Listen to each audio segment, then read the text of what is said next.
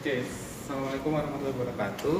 Waalaikumsalam warahmatullahi wabarakatuh. Selamat pagi semuanya. Oke, baik, hari ini kita akan melakukan praktik simulasi terkait dengan pemasangan infus ya. Pemasangan infus ini merupakan tindakan kolaborasi, tindakan invasif, artinya tindakan yang dilakukan oleh seorang profesional dalam melakukan pemberian cairan. Artinya tindakan invasif adalah memberikan sayatan atau tusukan kepada bagian tubuh dari invasif. Nah, tindakan invasif ini harus dilakukan oleh seorang profesional dokter, bukan perawat. Jadi ini adalah tindakan delegatif, ya, tindakan kolaborasi delegatif. Ini tindakan dokter, bukan tindakan mandiri perawat, bukan tindakan perawat, ya. Oke, apapun kita bekerja harus melihat standar operasional prosedur atau SOP. Misalnya nih di sini ada SPOO mulai pemasangan infus. Jadi teman-teman harus melihat apa sih SPO yang ada terkait dengan pemasangan infus. Setiap rumah sakit punya standar yang berbeda-beda. Jadi harus bekerja sesuai dengan SPO yang ada. Tujuannya apa? Untuk aman diri, aman pasien, untuk keselamatan pasien. Jadi jangan sampai kita tidak mengenal SPO yang ada di rumah sakit. Seperti itu. Pertama kita lihat dulu bahwa infus itu adalah salah satu cara dan bagaimana pengobatan untuk masukkan cairan output pengobatan kepada tubuh pasien. Misalnya pasien yang kekurangan cairan, perlu pemberian cairan dari luar, namanya cairan parenteral. Ya, ada cairan enteral dan cairan parenteral. Kalau ini dicatat di ya, ada cairan parenteral dan enteral. Cairan parenteral nggak mungkin dihafalkan. Buku kuyo. Cairan enteral adalah cairan masuk dalam tubuh melalui mulut. Sedangkan cairan Enteral. parenteral adalah melalui infus. Ya, satunya parenteral. Terus yang dilakukan adalah pemasangan infus melalui intravena, bukan melalui arteri. Intravena berarti melalui darah yang mengandung CO2. Intravena melalui intravena, yang mana memasukkan jarum atau kanul ke dalam vena. Jadi kita memasukkan jarum atau vena ini ke dalam pembuluh darah vena, ya, untuk dilewati cairan infus atau pengobatan dengan tujuan agar seluruh cairan dan obat masuk ke dalam tubuh pasien melalui vena tersebut. Ya, kemudian saat melakukan tindakan, ya, adalah paling tepi atau paling perifer dari tubuh, jadi di bagian paling ujung. Kenapa tidak langsung di atas masangnya? Jadi kalau misalnya gagal, dia tidak langsung ke bagian tidak gagal sih tidak bisa dipakai, jadi tidak bisa lagi dipakai di bawah, jadi harus dari bawah dulu baru ke atas. Ini bagian perifer dulu prinsipnya, ya. Kemudian tujuannya adalah mengganti atau memberikan cairan tubuh. Kemudian hemostasis, keseimbangan asam basa. Jadi bagaimana seorang pasien hemodinamiknya bagus, keseimbangan asam basanya juga bagus. Ya, kemudian ada pemberian darah plasma atau transfusi. Nah, itu darah plasma ada cairan darah di dalam tubuh selain cairan elektrolit. Kemudian sebagai alternatif adalah pemberian obat. Jadi pemasangan sibus ada juga nggak akan diberikan infus, jadi diberikan lewat pempon saja. Ya, jadi obatnya dimasukkan ke dalam infusnya. Serta memperbaiki komponen darah. Komponen darah itu ada hemoglobin, hematokrit, leukosit. Kemudian di dalamnya lagi ada bagian-bagian sedimen-sedimen dari komponen darah. Kemudian indikasi adalah kenapa pasien perlu diberikan infus, kemudian pemasangan infus, ya. Pertama adalah kondisi kekurangan cairan elektrolit. Jadi kelihatan kurang cairan elektrolit dari mana? Mukosa kering, tubuh kulitnya kering, ya. Kemudian ekstasis kulitnya tidak baik, terlalu lambat. Kemudian urinnya kurang dari 1 cc per kilogram berat badan, ya. Pasiennya lemes, ya, kesadarannya menurun, kurang cairan. Terus tidak kembali dalam waktu yang baik, CRT-nya seperti itu, akral dingin, atau tubuh kurang cairan. Ya, kemudian anoreksia, tidak nafsu makan, pasiennya mual, nausea, terus muntah berarti dia kekurangan cairan ya atau nutrisi. Kemudian pasien tidak sadar, tadi saya sebutkan penurunan kesadaran dari GCS-nya yang harusnya 13/5 komponen basmetis jadi bawah itu jadi apatis, somnolen, sopor dan seterusnya ya. Kemudian ada kontraindikasi hal yang dilarang.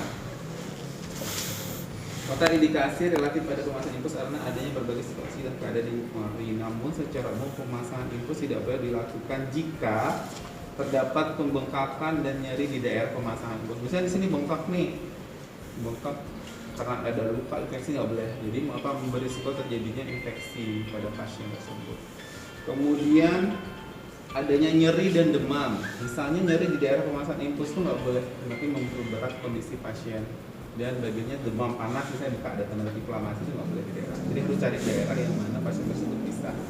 Pak, suhunya demam, boleh nggak pasien itu? Boleh, berarti itu salah satu pasien kekurangan cairan adalah demam. Ya. Kemudian pemasangan infus di daerah lengan bawah pada pasien gagal ginjal. Kemudian terutama pada pasien yang mempunyai penyakit ginjal karena lokasi ini dapat digunakan untuk pemasangan fistula arteri vena. Jadi ada daerah-daerah yang pada pasien gagal ginjal itu tidak boleh dipasangkan pakai infus. Jadi tanyakan apa pasien ini punya penyakit ginjal kronis karena dia akan dipasang apesan atau pemasangan selang untuk mencuci darah pasien. Kemudian yang harus dilakukan pasien ada persiapan adalah pastikan identitas pasien, nama pasien, tepat tanggal lahir dan nomor rekam medis. Jadi pasien harus mendapat gelang ya. Anggap aja di sini harus ada gelang ya. Kita pasangkan gelang pasien ya. Harus nanti besok kok praktek harus ada gelang ya. Pasiennya harus diberi gelang. Siapkan gelang sebagai identitas pasien. Kalau jenis kelaminnya laki-laki, gelangnya harus warnanya apa? Biru. Ya, harus ada identitas. Terus beri nama dulu. Nama, tempat tanggal lahir, sesuaikan dengan namanya, tempat tanggal lahirnya dan nomor rekam medis. Kaji kondisi klien, kita harus melakukan pengkajian sebelum melakukan tindakan, harus kaji pasien. Gimana kondisi pasiennya? Apakah pasiennya benar-benar kekurangan cairan kah? Masalah nutrisi kah? Apa harus kita kaji ya? Kemudian jaga privasi klien. Seperti pertama, jenis kelaminnya misalnya wanita, kita sebagai laki-laki ingin melakukan pemasangan infus harus izin privasinya, izin. Terus pasiennya di kelas 3 rame, harus kita pasang sampiran porden, tutup biar tidak dilihatin orang tuh sedang apa aja di bahan contohnya, itu privasi. Kemudian misalnya pasiennya ada luka-luka seluruh tubuhnya, itu harus ditutup, jangan dibuka. Jadi privasi, menjaga privasi. Jadi kehormatan pasien kita jaga, itu harus prinsip ethics ya. Jangan sampai pasien merasa dia privasinya diabaikan, terlecehkan. Terus diceritasi kalau ada pasien, tadi aku masih habis masang infus, pasiennya ada panduan, itu nggak boleh. Jadi melanggar etik, lagi privasinya dibongkar. Tadi ada pacarnya datang loh pasiennya, itu nggak boleh. Dan itu kan hak dia, jadi kita boleh menceritakan apapun kondisi yang kita temukan selama ini pasien. Ya. Kemudian atur posisi klien senyaman mungkin. Kita tanyakan, Bapak nyamannya seperti apa posisinya? Apakah mau baring atau ditinggikan setengah, 30 derajat, 40 derajat, itu kita sampaikan kepada pasien. Kemudian kita siapkan alat. Setelah kita lakukan kajian, kita siapkan alat pada pasien. Nah, ya. Pertama yang kita haruskan adalah di sini tindakannya adalah tindakan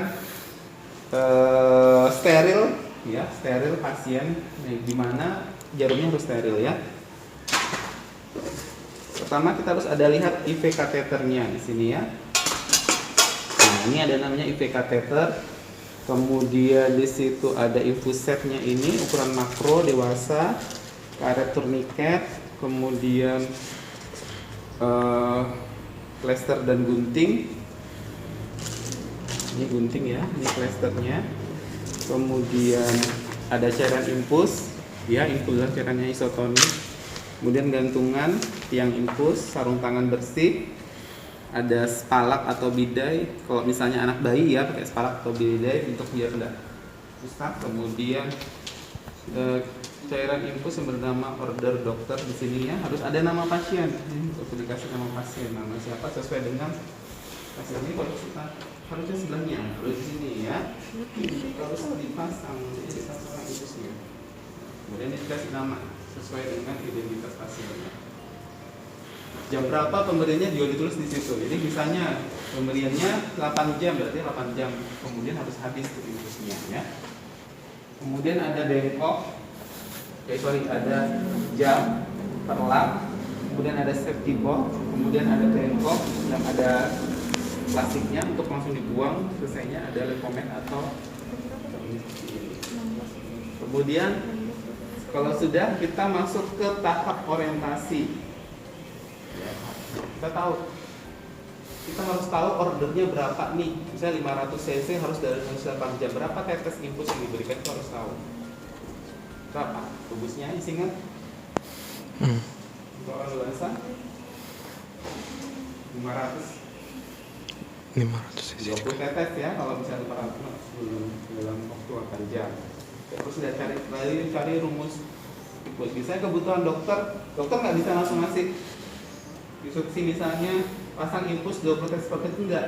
Dicarinya berikan infus ini 800 habis dalam 8 jam. Berapa tetes yang kita cari? Itu ada rumusnya. Untuk bayi beda lagi, anak beda. Untuk anak bayi adalah 60 kali per menit jumlah staf per tetesannya. Kalau dewasa 20 kali per menit. Tapi beda lagi. Misalnya habis ini dalam waktu 1 jam, beda lagi jumlah tetesnya. Mau cari rumusnya ya katanya. Oke, lanjut. Pertama, memberikan salam sebagai pendekatan terapeutik. Sebagai komunikasi ke pasien adalah komunikasi terapeutik. Terus menjelaskan tujuan dan menanyakan kesiapan klien sebelum kegiatan dilakukan. Selamat pagi Bapak. Ya, harus tampil selamat pagi, siang atau sore ya. Sesuai dengan SPO yang ada di rumah sakit tersebut. Ada rumah sakit yang menggunakan selamat pagi, siang, sore. Ada yang mengucapkan assalamualaikum, misalnya rumah sakit Islam ya. Sebenarnya assalamualaikum. Terus lihat juga budaya agamanya apa. Misalnya agamanya tidak sesuai dengan keimanan kita, jangan dipaksakan. Jadi rumah sakit kita tidak boleh menyebutkan misalnya sesuai dengan keagamaan, dan misalnya jadi nasional, misalnya selamat pagi, selamat siang, selamat sore, atau selamat malam ya. Kemudian sebelum kita melakukan tujuan, kita kenalkan diri kita ini siapa. Bapak, saya Ari, perawat yang berjaga dari mulai pukul 7 sampai 14 siang ini ya. Kita bisa tunjukkan nama kita biar pasien itu lihat kok dia belum kenal sama kita. Ini juga nemtek. Kok apa nih, bukan aksesoris, ini adalah sebagai identitas kita. Bapak saya Hari ya, perawat yang berjaga dari jam 7 sampai jam 8. Jadi kenal perawatnya. Oh ini tadi perawat saya ini Pak Hari gitu ya. Kemudian kita harus kenalan juga sama pasien kita ya. Bapak dengan Bapak siapa ya? Nama lengkapnya Pak? Baik, kita cek dengan status pasien. Lihat dengan gelangnya. Bapak bisa lihat gelangnya? Iya, selesai Pak ya, Pak Fikri Wijaya. Kemudian tekan akhirnya Pak? Ini kita cocokkan Pak. Iya, sama ya Pak ya. Ya, tadi belum cuci tangan ya? Nah, nanti ini tahap evaluasi belum cuci tangan. Nanti kalau kita konsultasi sudah cuci tangan, baru boleh menyentuh pasien ya. Kemudian kita cocokkan dengan rekam medis kita dengan nomor rekam medis pasien tersebut. Kemudian kita jelaskan tujuan dan prosedur tindakan yang akan diberikan kepada pasien. Bapak, hari ini akan dilakukan sesuai dengan janji dan kontrak dikarenakan Bapak ini cairannya berkurang. Kita lihat keluaran kulitnya berkurang, terus Bapak matanya cekung, karena fiber kulitnya juga tidak elastis dan fibernya kering, prosedur kering. Jadi dari dokter dan rencana perawatan adalah pemberian cairan pengganti cairan dalam tubuh ya, untuk mengganti cairan yang keluar karena bapaknya ini kan diare ya, sudah lebih dari 10 kali, jadi kurang cairan, jadi kita berikan cairan itu pada bapak ya untuk mengganti cairan sehingga bapak tidak terlalu lemas. Jadi nanti kami tidak berharap bapak lebih jatuh lebih pada kondisi yang tidak diinginkan. Bapak berkenan untuk kita lakukan pemanasan itu? Baik, kalau Bapak berkenan, bagaimana kalau kita lakukan sekarang Bapak? Nah, itu kita sampaikan kepada pasien. Kita tanya kesiapan klien sebelum kegiatan lapangan. Siap nggak sekarang? Tanyakan. Berkenan nggak Bapak? Kalau ada keluarga, dilibatkan keluarga. Ibu sebagai keluarganya dari Bapak Fikri akan melakukan pemberian terapi. Jadi persetujuannya adalah untuk yang tadi saya sampaikan, mohon kerjasamanya. Misalnya keluarganya nggak bisa melihat, suruh keluar saja nggak apa-apa. Ya, ibu sementara kita mau tindakan, bisa keluar terlebih dahulu sehingga bapak juga tidak cemas dan ibu juga tidak cemas. Ada yang orang cemas ya, itu harus disuruh. Nanti kita setelah kegiatan atau tindakan kita sampaikan ya bahwa kondisi pasien seperti biasa itu ya, berkenan untuk kita kerjakan, baik kita kerjakan. Kemudian kita siapkan alat, kita dekatkan alatnya kepada pasien dan kita lakukan pembersihan tangan. Sama apa yang scrub?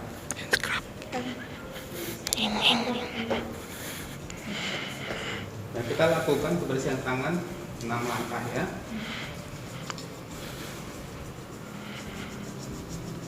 Oke.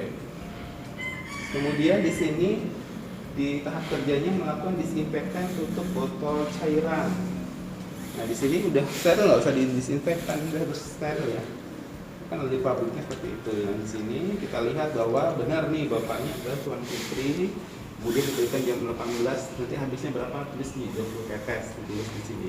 Sudah bukan? Oke.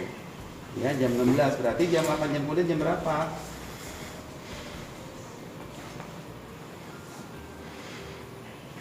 Berarti jam 24 ya, 20 tetes per minggu. Nomor rekan medisnya berapa di sini? Ada 1, 2, 3, 4 ya. Jadi beda rekam medis satu pasien dengan lain beda.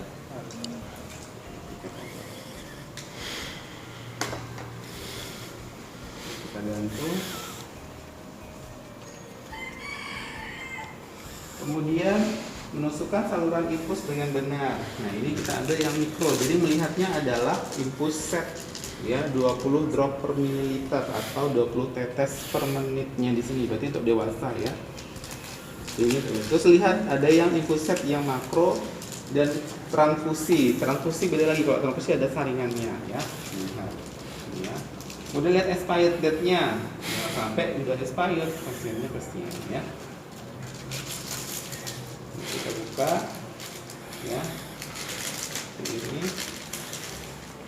ini buang di mana? Di sini kan? Ya ini ada tempat sampahnya nanti ya. Kemudian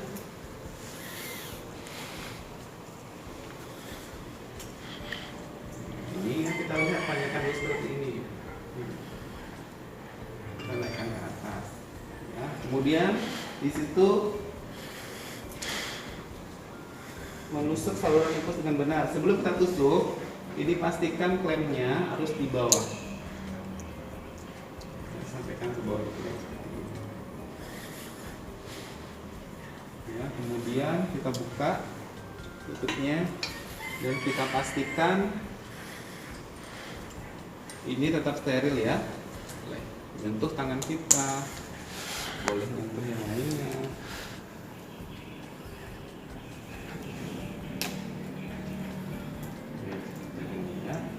Baru kita lanjutnya adalah mengisi tabung reservoir infus sesuai tanda. Ini ada tabung reservoirnya, kita isi dulu, kita pilih seperti ini, pakai tanda yang ada tandanya dari sini. Kemudian ikuti SPO, kemudian mengalirkan cairan hingga tidak ada udara dalam selang. Kita alirkan udara tersebut sampai tidak ada. Ya, di sini mengalirkannya ini tugas, makanya harus perlu adanya plastik sampah.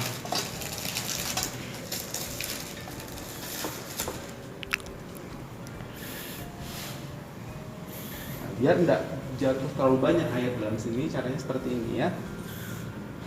Ya dia akan mengalir ya. Pelan-pelan, tidak usah langsung ya. Kremnya ini dibuka. Nah, ini udah keluar nih, kita liatin airnya sampai mana dia ya.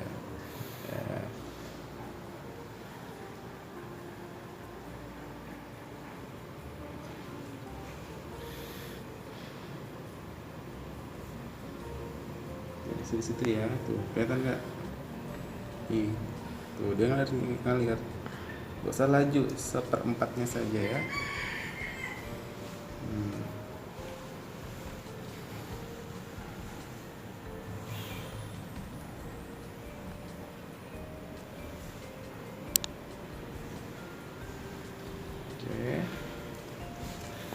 klem langsung ya, diturunkan ya. Nah, jadi nggak banyak keluar cairan kan. Kemudian mengatur posisi pasien dan pilih vena. Bapak posisi lebih enak seperti ini sekarang? Iya.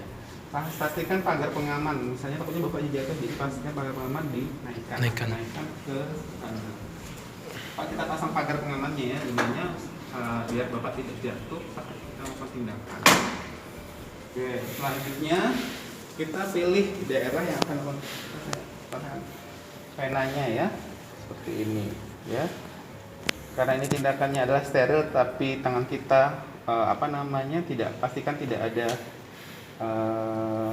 luka, ada pasien luka, kita boleh dengan melakukan pemasangan infus. Jadi biar darahnya bisa kena tangan kita juga tidak berisiko. Jadi kita pakai sarung tangan yang biasa saja ya.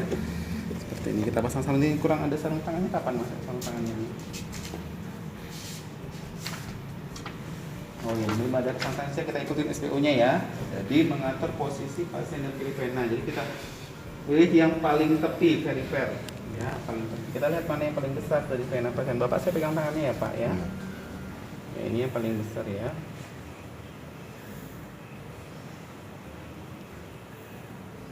Oke. Bapak kita bantu genggam. Agak kenceng Pak. Ya, kalau misalnya kita sulit untuk bekerja secara berdiri karena punggung kita lelah, kita bisa gunakan kursi ya.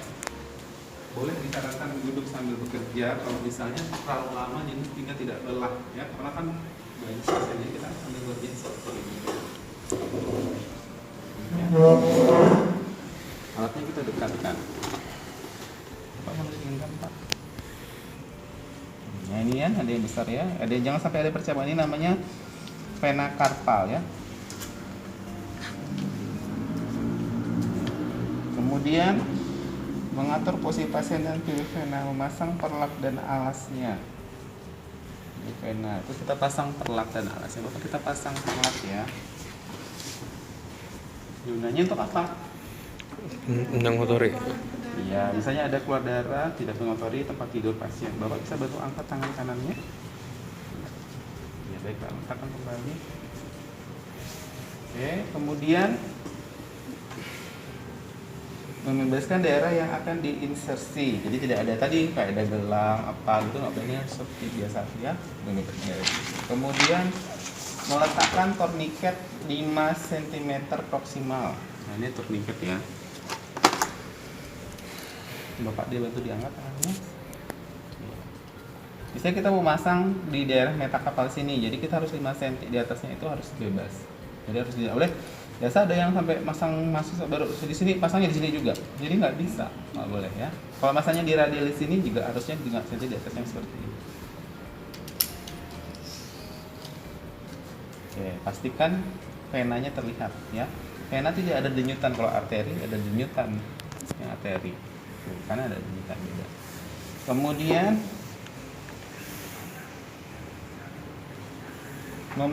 memakai handscoon atau sarung tangan ya. Bapak bantu digenggam Pak ya, kita baru pakai sarung tangan ya.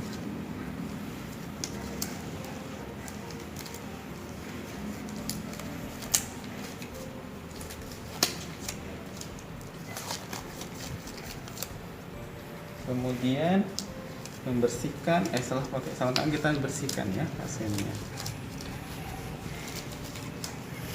Silakan sesuai dengan tangannya. Ini kan ukurannya medium. Kalau misalnya laki-laki tangannya seperti besar saya kayak gini tuh nggak mungkin di medium sempit. Jadi harusnya large ya. Jadi sesuaikannya dari ukuran-ukuran. Jadi nggak boleh ngambil kotak. Harus lihat ukurannya. Kemudian membersihkan kulit dengan kapas alkohol melingkar dari dalam keluar. Ini ada 2 nih. Ya. Kalau misalnya kurang kita usahakan efisiensi ya, nggak boleh banyak-banyak.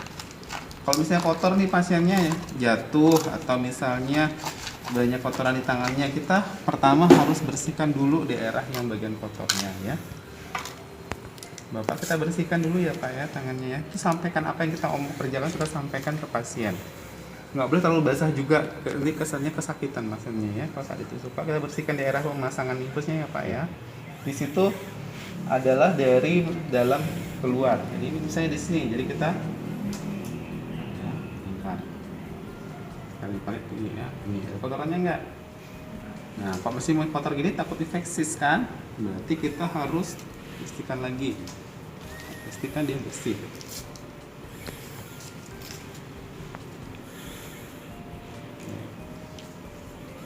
Pak, kita bersihkan lagi ya.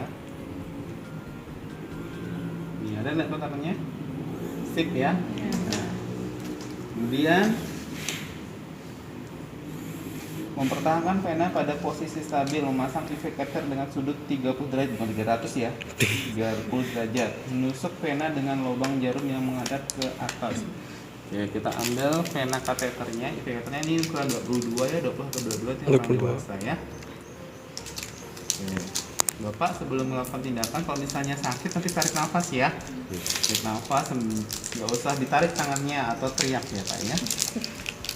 Kemudian kita beritahukan bahwa ini sakit, nggak apa-apa, tapi saat sakit Bapak tarik nafas ya. Kemudian kita dekatkan. Kemudian safety box-nya pastikan juga nggak boleh jauh-jauh dari kita ya. Oke. Dengan 30 derajat ya. Ini kan ada jarumnya. Jangan di bawah matanya, di atas. Ya, saat menyuntik itu adalah di atas. Ya. Pastikan yang untuk mendorong adalah tangan jari tengah dan jari jempol. Ada yang kayak gini, itu susah. Jadi yang ini adalah menekan, memastikan part. Jadi jari tangan seperti ini. Ya. Bapak, kita pasang Pak ya, infusnya ya. Bismillahirrahmanirrahim.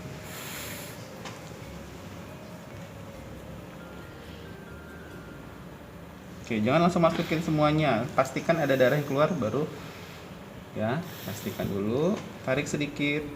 Nah, ini tugasnya untuk menarik nih, tariknya.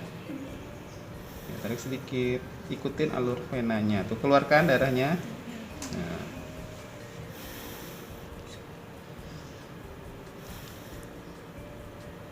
Oke, baru kita, ini kan nggak mungkin keluarkan, jadi tenang aja, kita santai. Buka dulu nih.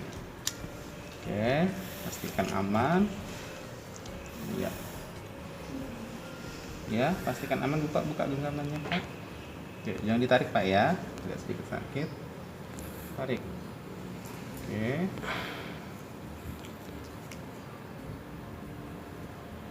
Nah, tekan tangannya. Kita pegang tangannya kayak gini ya. Diambil dari bawahnya. Tangan pasiennya. Oke. Kemudian Bapak nggak boleh tarik ya ini karena belum diplester. Pastikan tangannya adalah menyentuh nada seperti ini.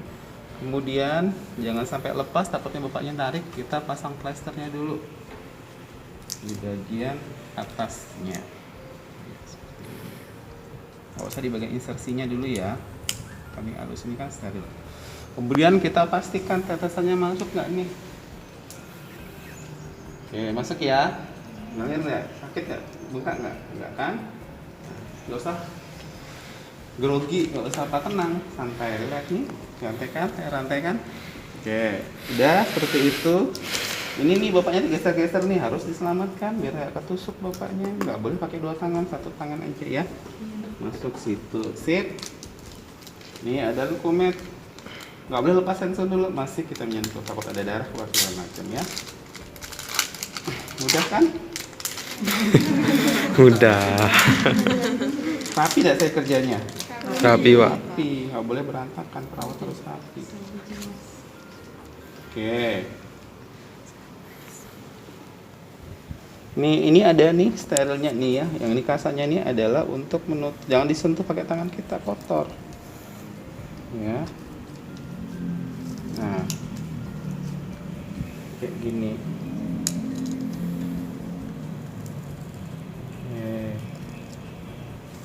Santai saja, tenang. Duduk lagi sayanya kan, biar nyaman kerjanya. Nggak boleh kerja itu tidak nyaman, senyaman mungkin. Oke, bagus nggak? Bagus. Ya. Pastikan terik tuh. Masih ngalir nggak? Kan dilihat ngalir. Oke ya. Kemudian apa? Nggak mungkin keluar-keluar kayak gini kan? Kita pasang lagi di sini. Nah, kita pasangkan. Kira-kira pasiennya Pak bantu genggam coba Pak. Ya. Oke, buka lagi Pak. Oke, kemudian kita pasang plasternya lagi di atas.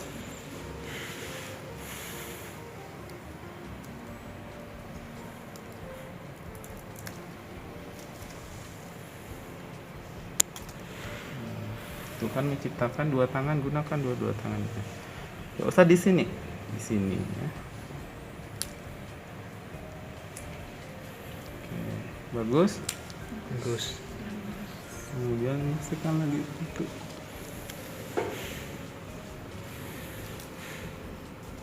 Cukup, nggak banyak kan?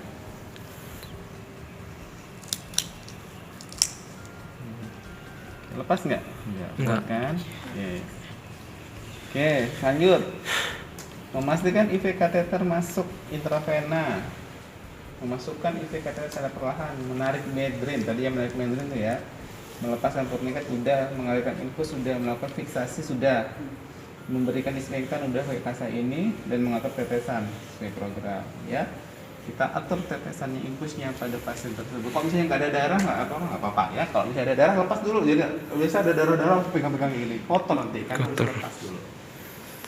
Berapa dia dapat itu kita kecilin dulu ya, pastikan dulu masuk udah.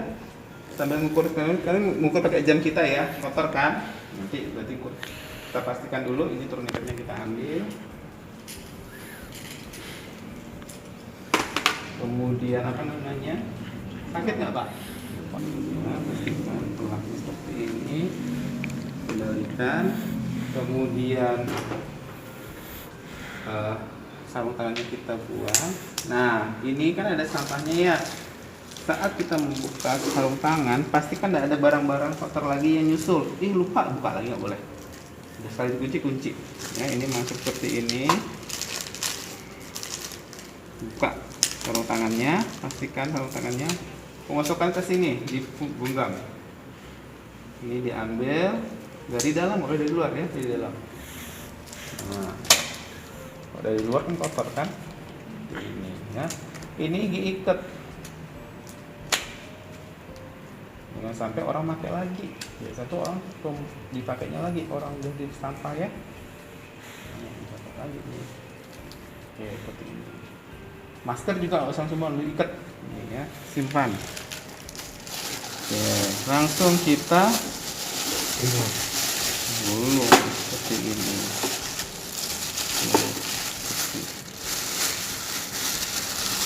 Kita ikat jangan kita sentuh lagi dalamnya. Ya, ini kita siap dibuang dengan nyuruh orang buangin sampah saya, nggak boleh, harus buang sendiri ya. Itu mau tinggal ketinggalan. Kemudian kita lakukan kebersihan tangan lagi setelah, karena ada bekas tepung-tepungnya ya, 6 kali. Mudah ya kan. Kemudian kita ukur tetesan infus pasien, kita balikin sedikit. 1 menit 20 tetes, berarti kita ukur tetesan infusnya 20 kali per menit.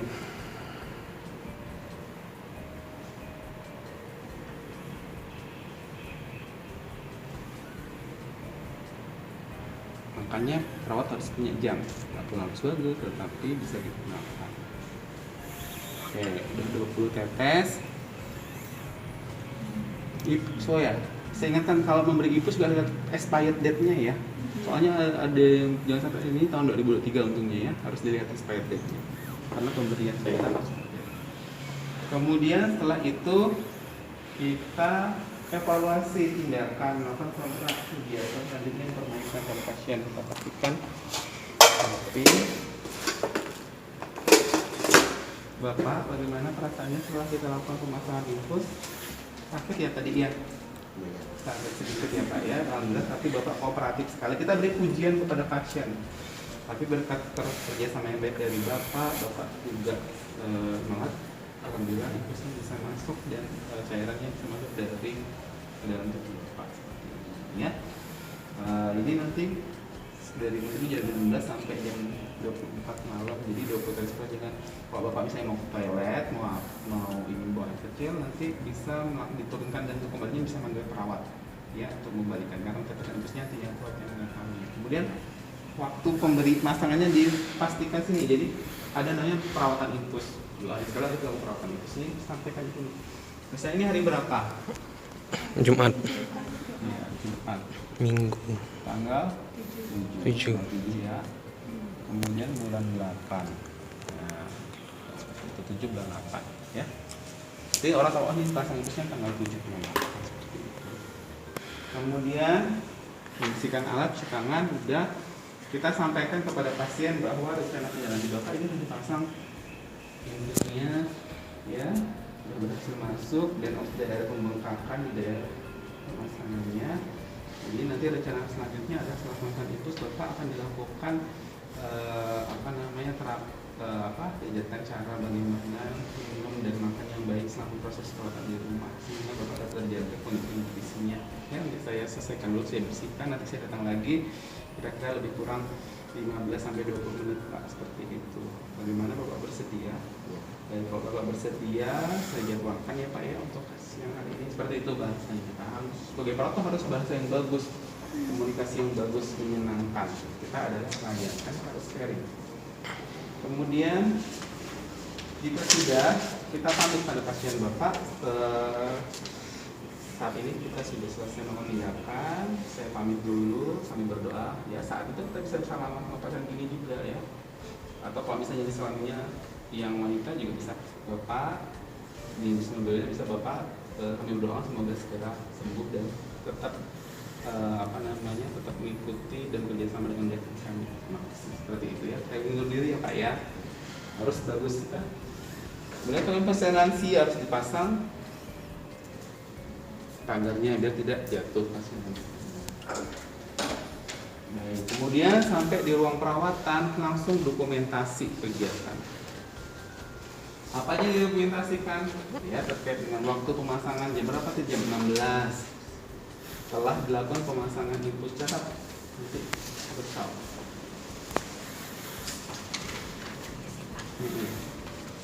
Telah dilakukan pemasangan infus.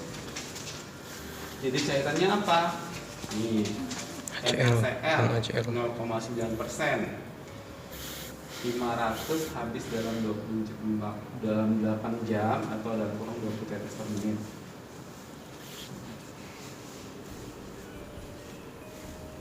Per IV. Telah dilakukan pemasangan infus NaCl 500 cc habis dalam waktu 8 jam dalam kurung 20 tetes per menit.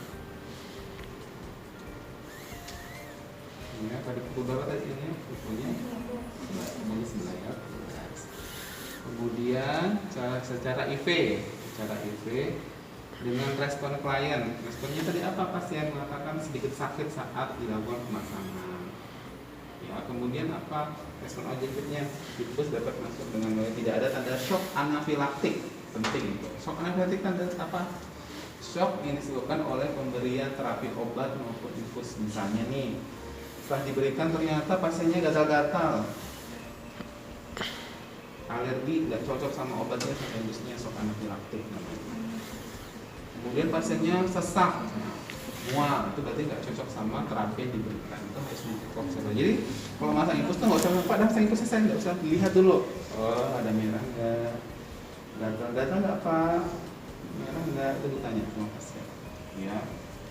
Kemudian ditanya juga sama pasiennya, gimana rasanya, kondisinya sekarang gimana?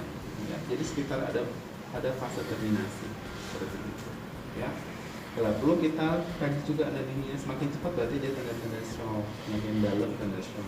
Kita kaji analinya berapa kali normal nggak hasilnya tersebut, ya seperti itu. Baik, ada yang ditanyakan? Bekerjalah dengan sesuai dengan SPO. Terus lihat pasien safety dalam bekerja apapun itu. Jangan kita lihat kerja nggak lihat SPO. Nanti pasien yang kritis akan ngecek. Saya seperti ini, apakah benar SPO yang ada di rumah sakit seperti itu? Ya, bekerja apapun tindakan harus pakai SPO. Ya, lihat, cari. Jadi mau jadi praktek mahasiswa pun lihat SPO-nya. Ya, jangan sampai nanti mahasiswa bekerja merasa udah benar tapi Kalau misalnya ragu, tidak yakin, karena masih mahasiswa, harus dibimbing. Karena yang mahasiswa itu supervisi, bukan perawat, belum jadi perawat kan? Calon perawat. Jadi namanya calon harus dibimbing, disupervisi, diarahkan. Jadi jangan suka untuk bertanya, nggak tahu dengan ya, harus didampingi. Kak, minta tolong dampingi pasien. Ya, benar belum tindakan saya harus dilihat.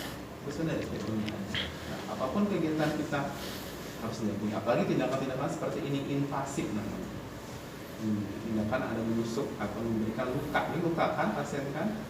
Itu kan kalau timbulnya luka kan berarti kan body image-nya terganggu atau ada masalah apa.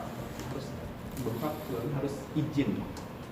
Sampaikan juga ke pasien bahwa kita itu ada mahasiswa juga sampaikan. Ya, kalau misalnya pasien ini nggak berkenan ya nggak apa-apa. Ya. Terus, itu ada yang tanyakan? Baik, kalau tidak ada tanyakan, cukup terima kasih. Sampai ketemu di praktik satu hari ini. 2 kelas sekaligus gabung. Gabung. Oh ya, seperti nggak perlu 2 kali kan? Berarti nanti akan 2 kaligus ya. Seperti itu nanti siapkan kata pemerapakan lagi. Ya pastikan harus bawa alat tulis segala macam untuk baca buku terlebih dahulu sebelum praktek. Baca artikel jurnal apa segala macam. Jadi nggak bengong apa sih. Terus ya di kalau belajar ada timbul pertanyaan-pertanyaan. Jadi kita harus belajar kritis ya.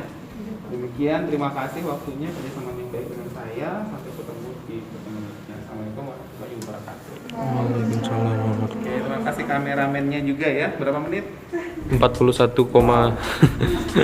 Edit videonya.